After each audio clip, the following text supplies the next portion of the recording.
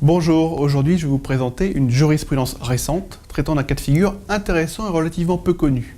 Il s'agit du dégrèvement de taxes foncières pour vacance d'un bien immobilier qui est destiné à être donné en location nue. Lorsque vous êtes propriétaire d'un bien immobilier, au 1er janvier d'une année, vous êtes en principe redevable de la taxe d'habitation, de la taxe foncière sur les propriétés bâties ou non bâties. Cette règle s'applique que le bien immobilier soit un bien de jouissance ou un bien à usage locatif. Lorsque le logement est vide de meubles, à cette même date, au 1er janvier, il n'y a pas de taxe d'habitation, mais la taxe foncière demeure. Les textes prévoient cependant que les contribuables peuvent obtenir un dégrèvement de taxe foncière en cas de vacance d'une maison ou d'un appartement qui est normalement destiné à la location nue. Il existe, pour mémoire, également un dispositif spécifique en cas d'inexploitation d'immeubles industriels ou commerciaux. 3 conditions cumulatives doivent être respectées pour obtenir le dégrèvement de taxes foncières. Première condition, la vacance doit être indépendante de la volonté du propriétaire. Deuxième condition, elle doit avoir une durée d'au moins 3 mois minimum.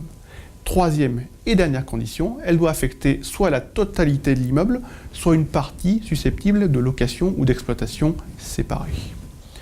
Un jugement du Conseil d'État du 16 mars 2016 vient régler une question intéressante, en l'occurrence le cas de figure d'un bien immobilier qui n'avait pas encore été donné en location, mais qui était destiné à l'être. Le Conseil d'État juge que le texte de loi prévoyant ce dégrèvement de taxes foncières ne prévoit pas de conditions tenant à ce que, pour être regardé comme destiné à la location, le bien ait déjà été loué avant la période de vacances pour laquelle le propriétaire demande l'exonération de taxes foncières. En clair, même si le bien n'a pas déjà été loué, il est donc clairement possible de demander le dégrèvement de taxes foncières. Alors attention, en matière d'impôts directs locaux, le délai de réclamation est assez court. En principe, le 31 décembre de l'année suivant celle de la taxe foncière concernée. Il faut donc présenter une réclamation au plus tard le 31 décembre de l'année suivant, celle au cours de laquelle la vacance a atteint cette durée minimum de 3 mois. La demande est présentée dans les formes prévues pour la réclamation ordinaire. Le dégrèvement porte à la fois sur la taxe foncière sur les propriétés bâties, mais également sur les taxes annexes, en pratique la taxe d'enlèvement sur les ordures ménagères.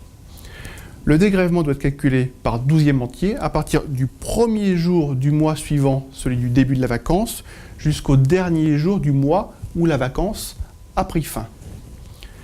Cette jurisprudence du Conseil d'État permet donc aux propriétaires de solliciter ce dégrèvement de manière beaucoup plus sécurisée que par le passé.